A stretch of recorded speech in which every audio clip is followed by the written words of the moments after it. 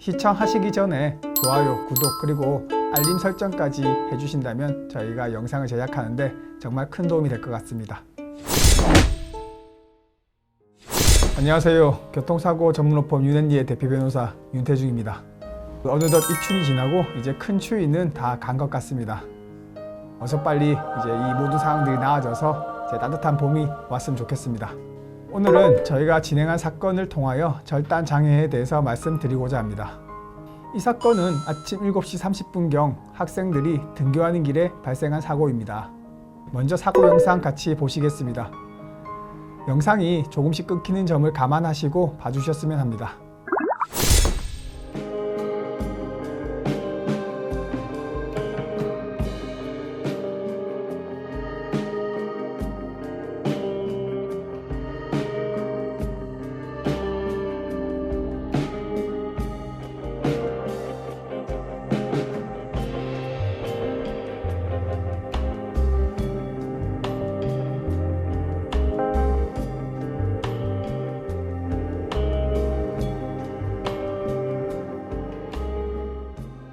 영상의 충격 장면은 정확히 잡히진 않았습니다.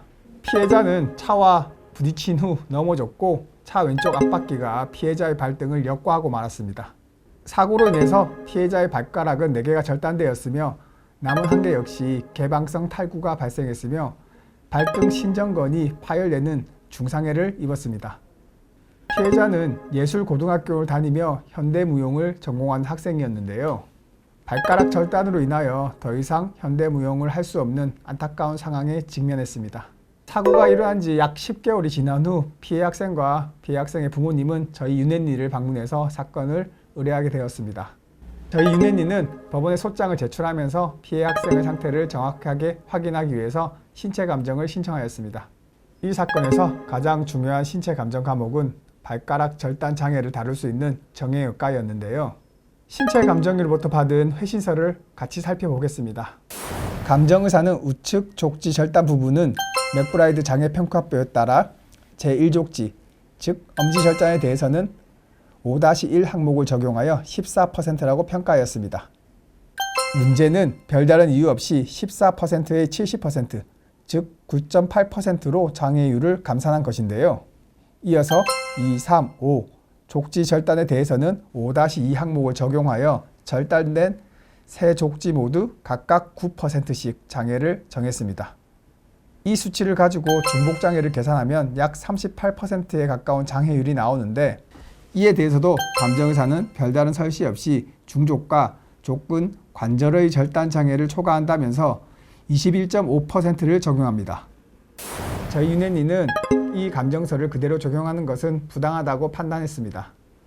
그래서 저희 윤앤리는 감정의사에게 보완 감정을 신청하여 추가로 위와 같이 판단한 근거가 무엇인지에 대해서 물어봤습니다.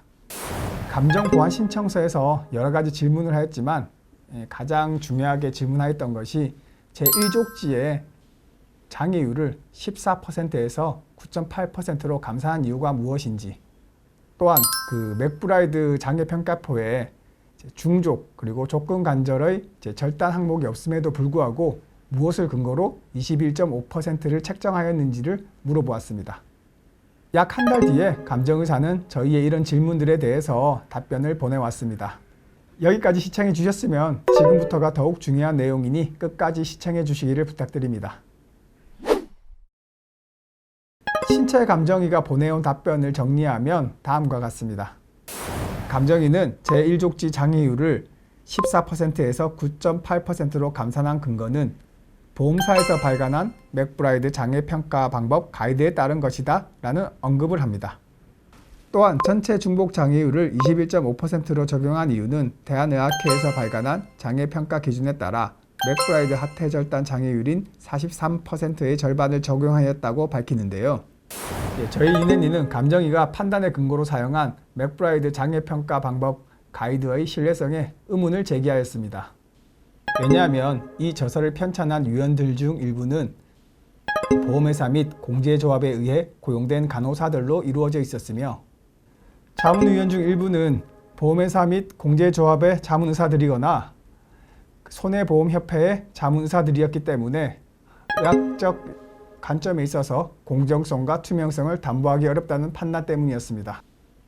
제1년리는 제1족지의 장애율 14%, 그리고 2, 3, 5족지의 장애율 각 9%, 그리고 제4족지의 장애율 20%를 합산한 중복 장애율 36%를 주장합니다.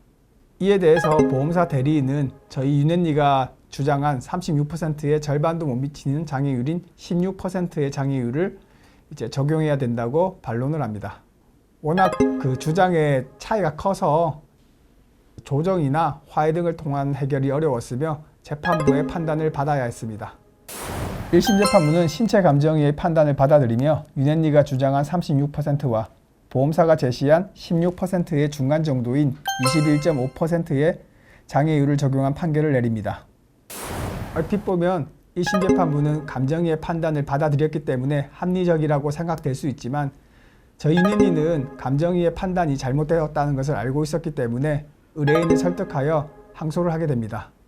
저희 윤앤리는 항소심이 진행된 직후 신체 재감정을 신청하였으나 법원에서 지정한 병원이 여러 번 바뀌고 그리고 변론이 여러 번 열린 관계로 1심 판결 이후 항소심 판결을 받기까지 2년이라는 시간이 걸렸습니다. 항소심 재판부는 21.5%를 적용하는 1심에서 대한의학회가 발간한 장애평가 기준은 이 사건에서 장애율을 인정할 객관적 자료가 되지 못하며 맥브라이드 장애평가표에 있는 족지 절단에 대한 장애율을 반영하여 중복 장애율을 계산해야 된다고 밝혔습니다. 이어서 감정의사가 판단 근거로 삼은 맥브라이드 장애평가 방법 가이드 역시 객관적 자료가 되지 못한다는 윤앤리의 주장을 받아들이며 1심 감정의사의 감정 결과를 인정하지 않았습니다. 결국 항소심 재판부는 노동능력 상실률 21.5%를 적용한 1심을 파기하고 35.19%라는 수치를 인정함으로써 윤앤리의 승소를 선고하였습니다. 이는 장애율에 있어서 가해자 보험사 측의 주장보다는 약 19%, 그리고 1심 선고 결과보다는 약 14%의 장애율이 추가로 인정된 결과입니다. 지연이자를 빼더라도 1심에서 1억 3천만 원, 그리고 항소심에서 8천만 원을 인정받아 합계 2억 1천만 원을 보상받은 윤앤리의 성공 사례입니다. 오늘은 교통사고로 발가락이 절단된 의뢰인의 사례를 통해서 장애율을 정당하게 인정받은 사건에 대해서 말씀드렸습니다.